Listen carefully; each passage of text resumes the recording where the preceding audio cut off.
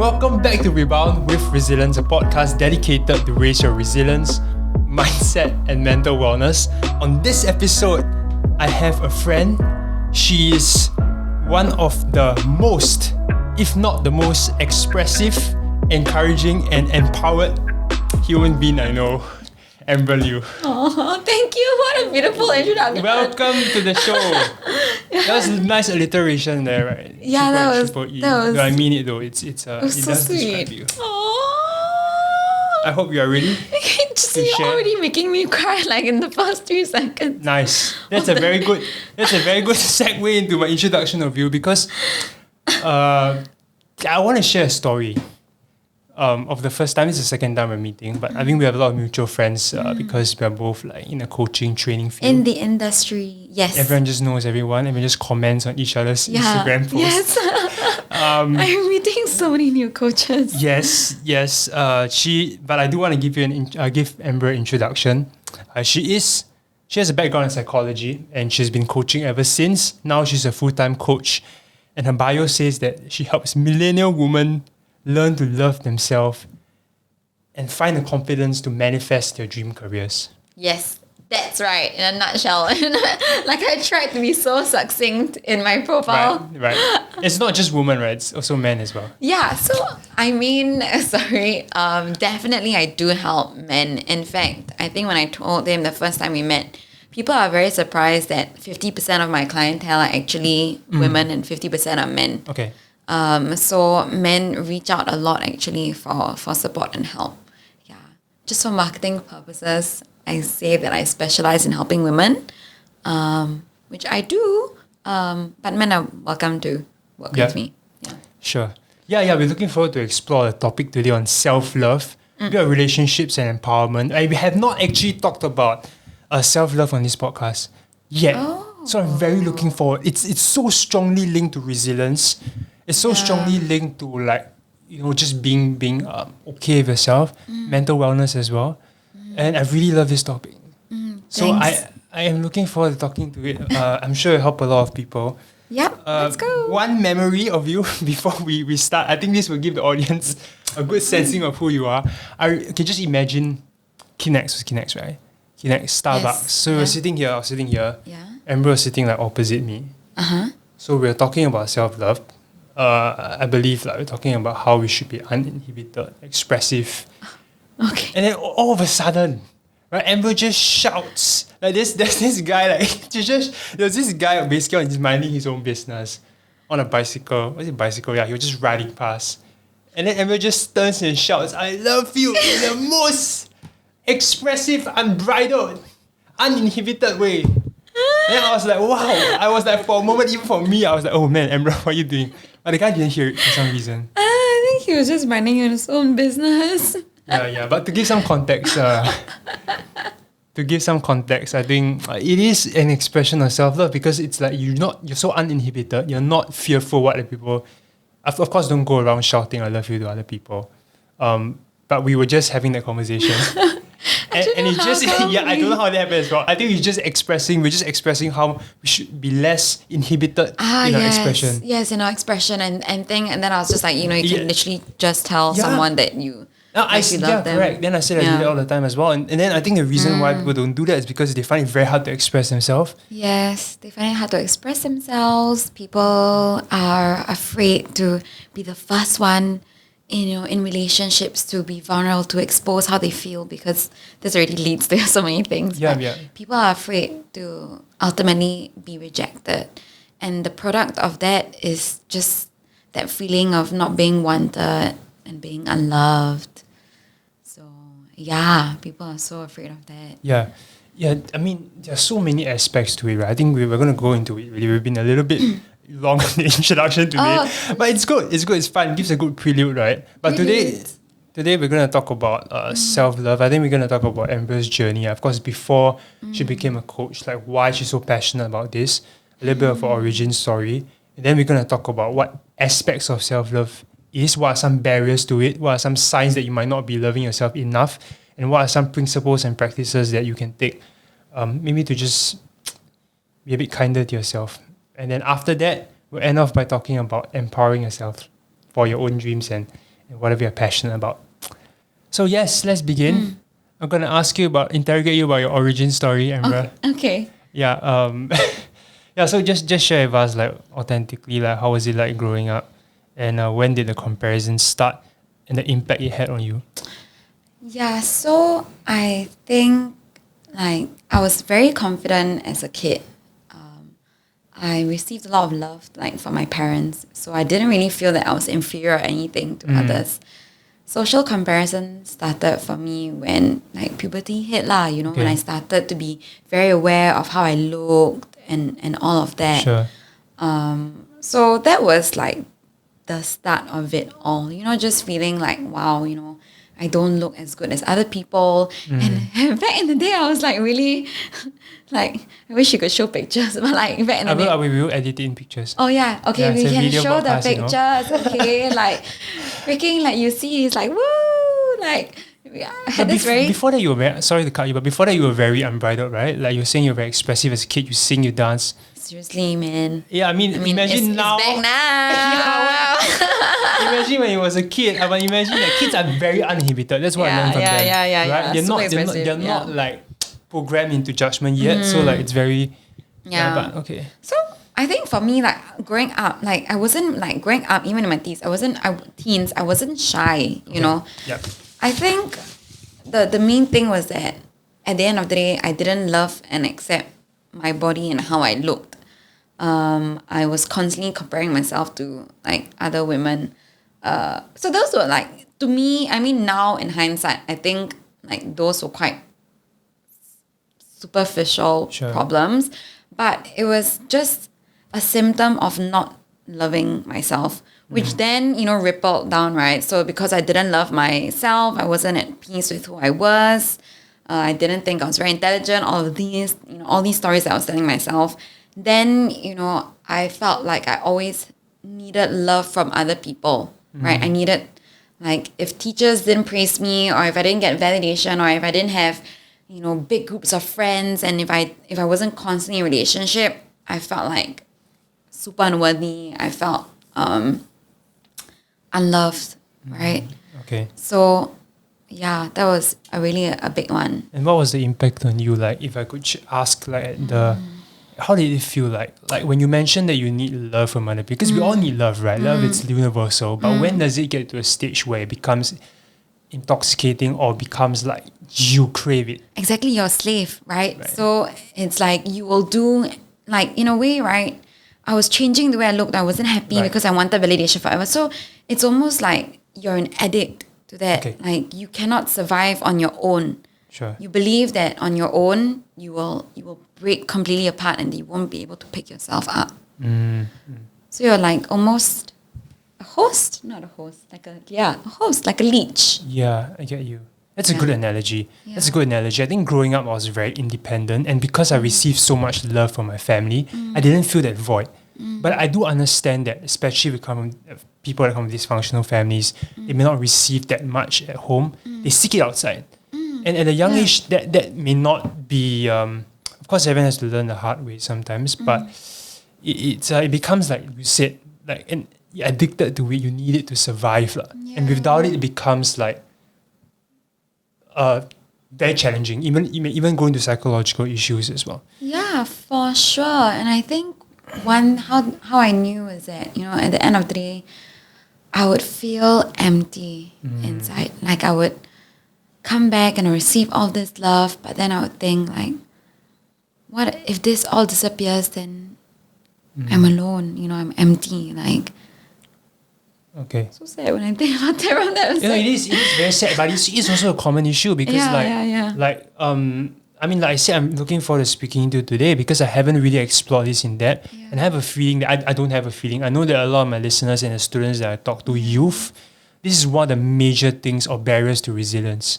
Relationships are like one of the greatest sources of stress, not just romantic, but in general. And a lot of it is because like they are too dependent on the other person to validate them. Oh, 1000%, yeah. Before I ask you about a turning point, right? Like, what impact did it have on you, like emotionally, psychologically? I know emptiness is probably the most horrible thing, but could you describe like, a little bit more about what emptiness, the consequences it had? I would say emptiness and lack of self-confidence and belief. Okay. So I just I wasn't aware of my own power, my own strength, my own capabilities. So just outside of that, I wasn't someone that would really completely, take Wouldn't risk. shout, I love you in front of public. No lah, Okay, this kind of things, now it's still okay. I will gung ho in some Sure. some sense, but in other things, I was just living my life based on perhaps a lot of people's other expectations, because I was so afraid of being rejected, right? Yeah. So then I would always be people pleasing and doing things that maybe I didn't want to do because I didn't want to hurt people, and I ended up just shape shifting. I didn't know who I was. Yeah. And that can be, last pointer I bring up, because before I transition, right, I think that can be extremely, I can't even find a word for it. It's tiring. It's so tiring. Yeah, exhausting, draining. Right? Yeah, it is, because yeah. you're dependent all the time. Yeah. And when you're not authentic, your body gives you feedback. Yeah. In all different shapes and forms. Yep. So now that we've talked about, the low points, right, what was the turning point for you then? Yeah, so the turning point. Okay, there's still a bit more backstory, but okay, so I decided 3 years ago, I decided to sort of change my life, in a dramatic but also not that dramatic sense. So I left a 7-year relationship. That's longer than... Yeah, I left a 7-year relationship, even though he didn't cheat on me, we had, a potentially very good future plan for us. Okay. Simply because I wasn't happy, simply because I wanted to explore different aspects of myself, simply because I wanted to learn how to stand on my own feet. I faced my biggest fears in life. I recovered from my eating disorder. We didn't talk about that. Is it okay we talk a little bit about that? Yeah, sure. My eating disorder was just because I didn't like myself and I wanted to look a particular way, right? So every day I would just eat a lot of stuff and then do everything up. Okay, so it's in some bulimia. Yeah, bulimic. Yes, correct. There are different types. There's bulimic, there's anorexic, blah, blah, blah. Okay. So the turning point for me was deciding that, is this... The key phrase was, is this the kind of relationship I want to continue to have with myself? And if I continue this way, what is going to happen to my physical, emotional, and psychological well-being? Okay. And then how will this then affect, my children and then their children, right? Sure. That must have taken a lot of courage, to walk away, and it must have been difficult. Yeah. I guess in some sense you set both of you free. Yes, 1000%. Really, that's how I kind of pitched the breakup to my ex-boyfriend. Really, I call myself a breakup specialist. Okay, some empathy there at least. Okay, yeah. Yeah, I mean we can actually talk about that another time. I actually legitimately call myself a breakup specialist. Okay. I'm really good at helping people end relationships and let go in a very amicable... I see. This is the first time I heard that. First time I heard breakup specialist. But it's not very marketable if you put it in your bio. I guess you probably don't do that. No, this is just another topic in the future you want to talk about. People don't know how to end relationships well. They're always afraid that they're afraid to let go of relationships because of the fear of what people think about them. But it's a formula. It's control CL... The thing, right? I know we're thinking of the same thing. Which one? It's I think you can probably edit in. This is not the focus of the podcast, but I do think that it's kind of linked to self-love in a way. It is. It's letting go of things that no longer serve your higher purpose. Right.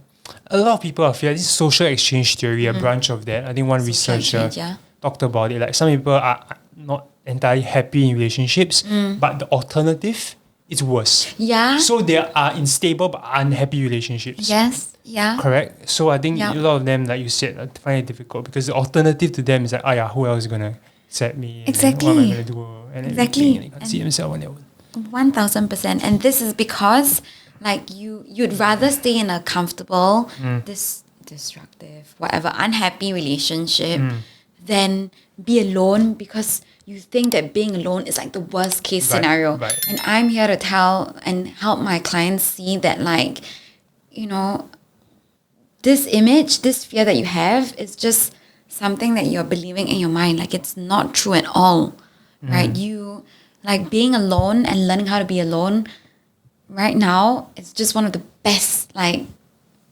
soul discovery decisions that I've made in my entire freaking life. Like, learning to be comfortable with myself.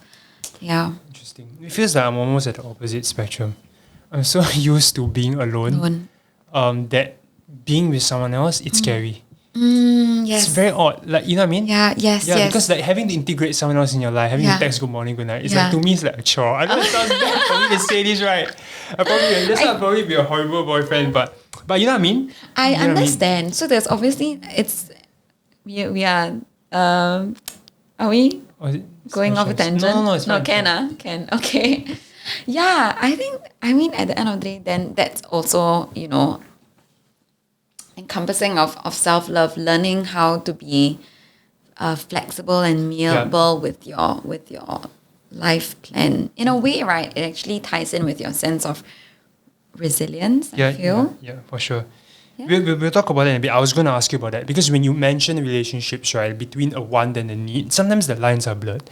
You know, so like especially when biology comes in and everything. So we'll go into that. But let's go into self-love. Yes, go ahead. Okay? Yeah. In essence, what is self-love? You're gonna answer it. Okay. It makes sense, lah, right? We're talking about self-love today. So I think self-love, it cannot really be encapsulated in like one kind of phrase. I kind of like to use a lot of things to talk about self-love. So self-love is having a secure identity, right? Knowing who you are and being unapologetically yourself.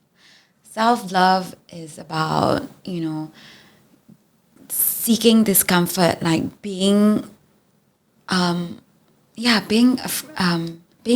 and being curious, taking that leap of faith, you know, expanding your personal identity. Okay. It is about, you know, allowing yourself to receive love and give love. Okay. It is about setting goals for yourself.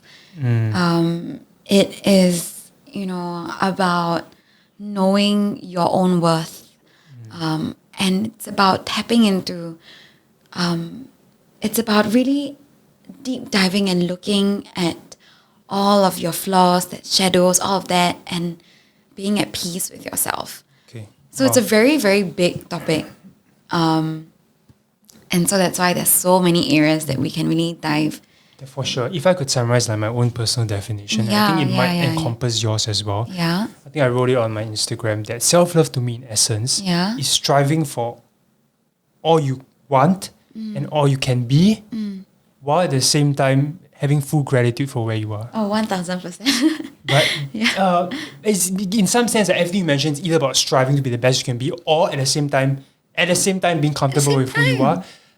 But that said, right, it's incredibly hard. Because when you strive, you're going to feel insecure sometimes because you're not reached the goal yet. And there's an attachment, there's a comparison against someone else that's better than you. So we're going to talk about that. How do I strive, right? Yeah, and still be comfortable with where you are. Wow, okay, good. Let's explore that a little bit. But we'll explore that in a while. But from research or rather from personal experiences with people you coach, you kind of really, you're in some sense obsessed with this topic. I love it. What are some major barriers to self-love? Major barriers to self-love. Very good question. I would say social comparison. I would say expectations from family members growing up. So a lot of people tell me like, hey, you know, growing up, my parents told me that, you know, I should be this kind of person. Fear of being judged, right? So if they're themselves, they feel like, oh, what will people think about me? Will I be liked? So fear of failure, fear of making mistakes, fear of the unknown. These are really like at the core of it all, right? It all boils down to fear and shame and doubt. Like fear of not being good enough, you know? Okay. So it's really like the core of it is always about, like you said, not fully.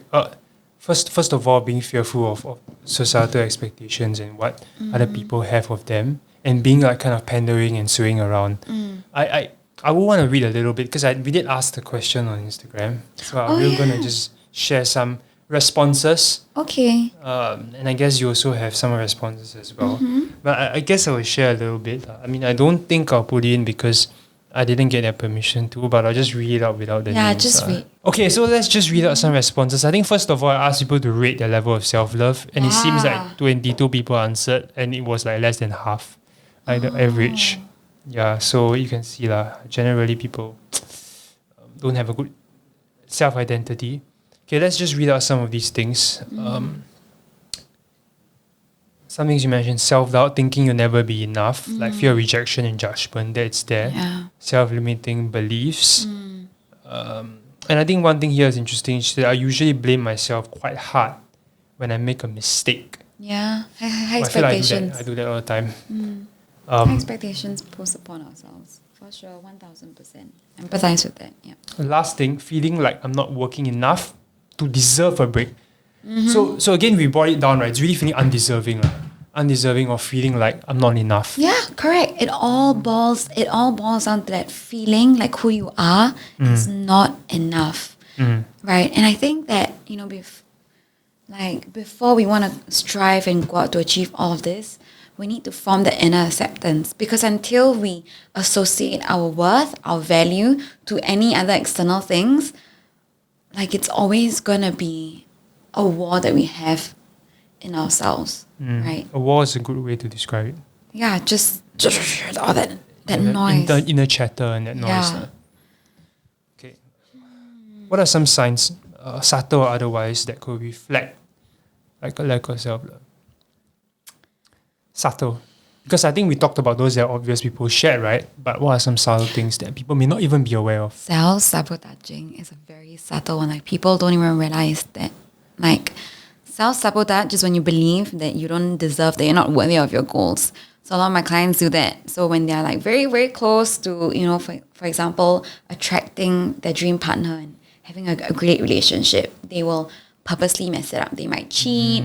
They might, just do the thing that they know irks that particular partner, just so that, because they don't believe that they're worthy of relationships, or like people wanting to lose weight, right? When they're very close to that goal, they don't believe that they're worthy. They don't see themselves that way. They sabotage. Wow. It's like you go against yourself because you don't love yourself. You don't believe that you're worthy. Correct. You don't believe that. Yeah, you don't believe you're worthy. It really all boils down to that. That's a very nuanced perspective that I didn't even consider. But when you talked about it, it's true that in a money context, right, self-image doesn't exceed your income, because you always feel don't deserve enough, or you're not afraid. You're afraid to ask for more, especially maybe a freelance work. But yes, subconsciously we kind of bring ourselves down to the level of our self-image and act so that we live out that reality. Exactly. Oh, it's insane. But some people don't realize it because it's not apparent. It's not apparent. Like, they're like, huh? Why am I doing this? And then a lot of people, so the problem that I see a lot of times with people when they come to work with me, right? They think that what they're doing is the problem. Okay. It's not what they're doing that's the problem. It's who they think they are, their relationship with themselves, the thoughts that they have about themselves. 100%. You can do all the right things, right? But at some point, like I said, you might either self-sabotage, or you will just not get it because of the beliefs that you're having about yourself. 100%. It catches up. It catches up at some point. Really, right? Everything might be going well, like you really hit your 1 million, and then you know what? You might legitimately go and spend all your money the day before of this big project. Yes. Boom. There are cases like this. People spend way more than... 1000%. One other sign that I want to highlight also that may not be obvious is finding it very hard to accept praise. And it's almost like, I mean, in some sense it's like an Asian thing, it's like, paiseh, you know what I mean? But I see it because like there's emotional reaction when I praise and I see the value in that person. But the reason why they have that reaction is because they just can't see it in themselves. Again, I know it's so simple, right? But it really all boils down to worthiness. Like, do you believe that you're worthy of that praise? So, yeah. Wow. I mean, interestingly, I actually just talked about this on my Instagram, and I was saying how this is one personal struggle for me right now.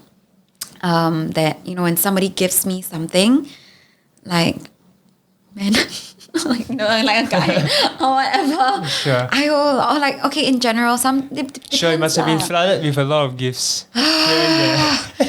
No lah. So when I receive gifts, I'm Sure. like, immediately I will feel so uncomfortable, right? So it's like it's so easy to give love.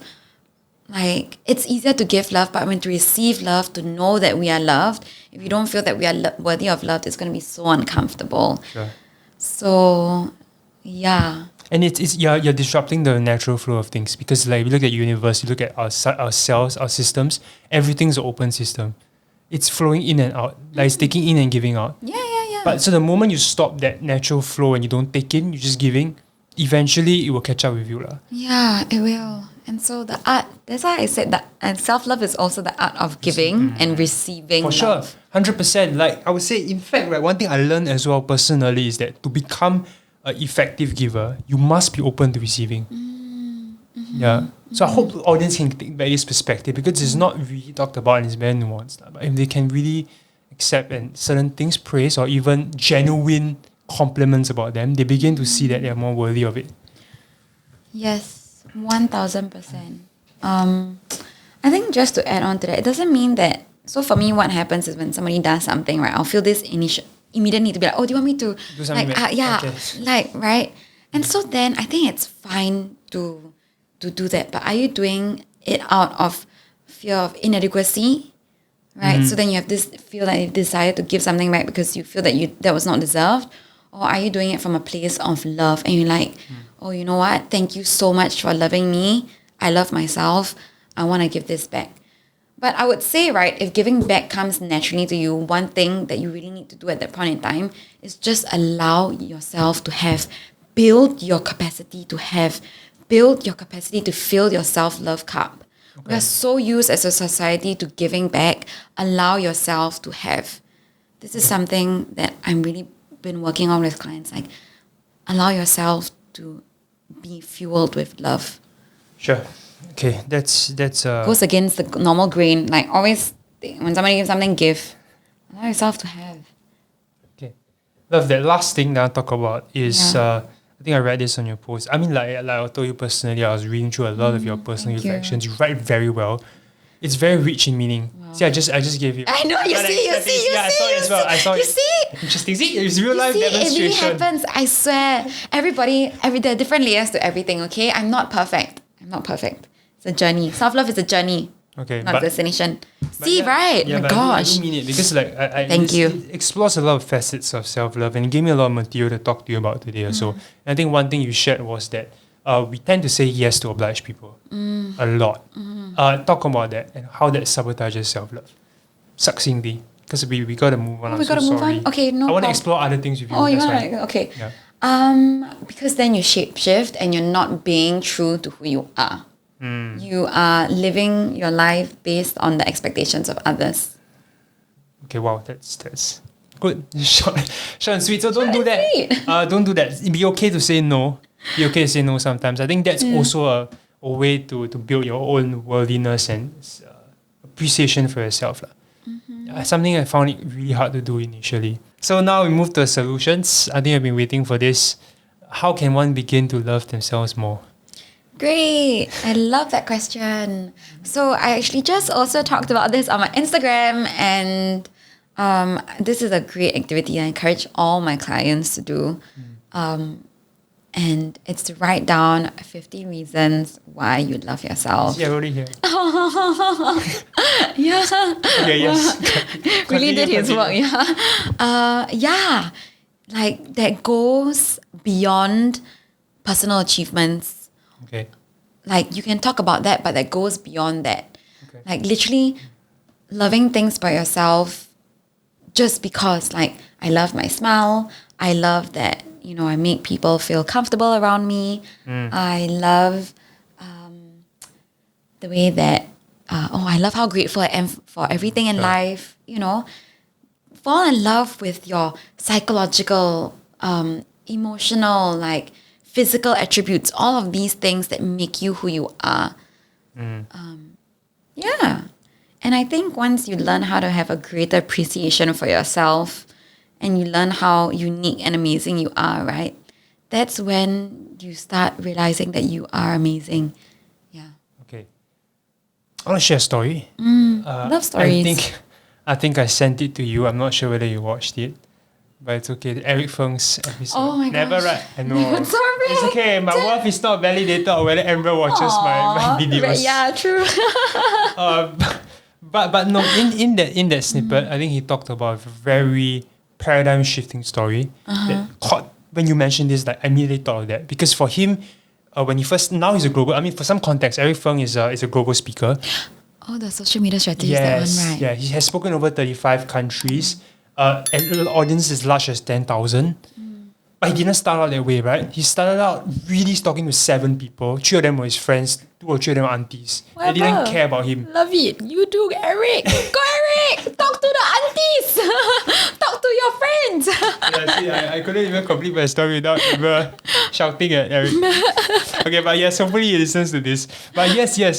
In fact, during that stage, he was not as comfortable with that. He was actually very upset. And yeah, correct. So he couldn't see himself as a global speaker back then. And he had a mentor, so called Ron Kaufman. So Ron Kaufman is a customer service guy.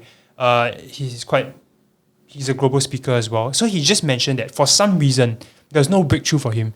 Like he could do all the techniques, he could do everything, he taught everything from Ron, but he just no breakthrough. There's no breakthrough. And this is why I'm getting excited talking about this, because this is very linked to today's episode. Like one day Ron Kaufman just walked in. And he said he walked into a coaching session and then he sat down. It was an empty room. He just sat down. And then Ron Kaufman looked at him and said, Eric, I think I know your problem. And then Eric was like, oh, is he going to fire me? There's nowhere to go. So Ron said, like, do you even see yourself as someone that can speak to thousands of people? 1,000%. Do you see yourself as being able to stand on stage and add value to thousands of people? Do you see yourself worthy to be paid 10K for a speech? And he said this line that he always quotes, right? Until you see yourself as somebody, people always treat you as a nobody. And that is a paradigm shift for him. Like from then on, right, he just... And you know what he did? He said that, what's the first assignment for you? You're going to sit down and you're going to write down 100 things you like about yourself. Oh. Yeah, and he did it. He said that second, third thing, right? He couldn't find anything because like it's so difficult. But the moment he started celebrating himself for who he is, that changed a lot for him. He bought a world map. He put it in his room and said that I'm going to speak globally. So wow, this really ties in with the work I do, which is change the way you view yourself, change your self-concept, and then your world. Like literally. I create miracles with my clients and they achieve the impossible because they view themselves differently. They're no longer victims of their past and their own narratives. They have really stepped into who they want to be. And I don't know if it's too soon to talk about that, but there's another segment when we talk about, can I lead into it? Yeah, so I call myself an empowerment coach, even though a lot of work that I do revolves around self-love. It's because, like I said, right, self-love is the foundation for it all, right?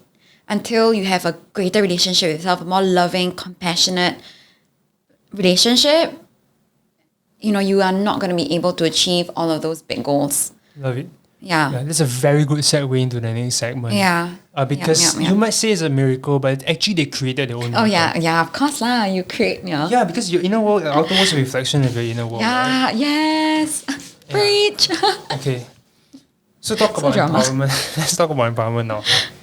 So what does empowerment mean? Yes, empowerment means to me really taking that stride and being a creator being an architect of your own life. Creating, going out there, putting out yourself out there. I'm not going to be a victim of my past. I'm going to create the future that I want for myself. So it's about taking empowered action towards your goals, not just floating by and... Okay. Great. Yeah. My next question is, how is self-worth and empowerment linked? But I think you did talk a little bit about that. Maybe you want to expand on that. Go ahead. How does okay, maybe I'll do this, right? Because we talked a lot about acceptance. We talked a lot about loving yourself. But part of self-love is striving for who you can be, right? Yes. So let's talk about that and how do you strike the balance? Because when you strive, right, you're gonna compare, and when you compare, you're gonna feel lousy about yourself. Yes. So how can people empower themselves while at the same time like taking care of like okay, that's a very loaded question. Let's take it one step. I totally understand. You actually asked it earlier on. You were like, there's this cognitive dissonance on. Yeah. It's almost as if there's a contrast. Like, how can you love and accept yourself, but then still strive to have big goals? I actually don't think they are mutually exclusive. Like, I think because you love and accept yourself so much that you want more for yourself, and it's not coming from a place of lack, it's coming from a place of love. See, that's the difference, right? If you're coming from a place of lack, then it made sense so much in my mind. If it's coming from a place of love, right, then it's like, because I love and accept myself, I want more for myself. And it's also that mindset that even if that doesn't happen, because I so deeply love and accept myself, I'm at peace with my surroundings. Okay. I'm trying my best to process it because like I cannot. It's hard for me. Yeah. I it takes just some cannot. time. Throughout my entire life, I've been just ambitious, striving, and that also was one of the things that led me to depression. I think coming out of that, I learned not to tie my worth entirely on those goals. Yes. But it's still creeping up on me a little bit, especially as I try and scale 1000%. and expand. It does. It really, as me building my own business, these things definitely come in, right? So it's all about really, again, taking your time, looking in your mind, expanding, and all of that. But I think at the core of it all, like, we have to realize that it's just years and years and years of conditioning that we have been grown to believe that self-worth comes from achievements. And the destination. Yeah, achievements and destinations. But if you think about it, like when a child is born, the child is already worthy, right? The child is not less worthy or more worthy of our love. Yeah, it doesn't need to do somersaults for you to love it. Yeah, you're like, whoa! Yeah, you look at it and you're like, oh my gosh, you're so cute. I already love you. You don't have to do anything. You're just cute as you are. And then it's over time that we learn all of these conditionings. If we realize that, right, these conditionings are just thoughts and beliefs that we have about ourselves. And we have the power to always remind ourselves that these are not facts. These are just stories and things that we've heard so many times that they are perceived realities, but they're not. Yeah. So every time we step into that thing, it's just about really allowing ourselves to, in that moment, being, I am enough regardless of what what I've not achieved. I appreciate you sharing that. I think that's helpful to me also personally. I have to do it too all the time, like, come on, like, I coach myself all the time. It's true. I think it's also reminding yourself, like for me, how I strike the balance is that yes, I'm striving, but I take time to also, like you said, remind myself that I'm happy where I'm not where I used to be. So I'm not where I want to be, but I'm happy. I'm not where I used to be, and I'm happy as I'm grateful for where I am. Yeah. That's important. Yes. Another thing that you said, and I mentioned this a lot, like, grateful for what I have, excited for what's to come. Okay. In a nutshell, if this self-worth thing might be too hard for you to grapple, you can just have that mindset, really grateful for what you have and excited for what's to come. Yeah, I love that. I think growing up, like, coming from quite a staunch religious background, my mom always says godliness with contentment is great gain. When I strive for something, she's like, Kevin, but contentment is good, you know what I mean? But I realized that she's missing out on the first part of it, which is godliness. And godliness is about living out your full potential, what God intended you to be, or rather, if you don't believe in God, the universe, right? What just living out your full potential of life. Yes! You know what I mean? That's godliness, but you don't see that, you only see contentment. It's godliness with contentment. So that is a perfect example, like you said, striving for all you can while being happy where you are. We are literally here to be an expression of love. Okay. We are literally here to be an expression of love. And while a lot of people think that, self-love is very selfish, but actually when you allow yourself to love yourself and to be empowered and to, live your life on your own terms, chase your dreams, right? You become a beacon of light and you inspire others. So it's not selfish at all. Your relationship with yourself has this power to amplify and create change beyond your wildest imagination. And this is why you should choose to also love yourself, because you're allowing yourself to be an expression of, for example, God of the universe, of our infinite power that lies within.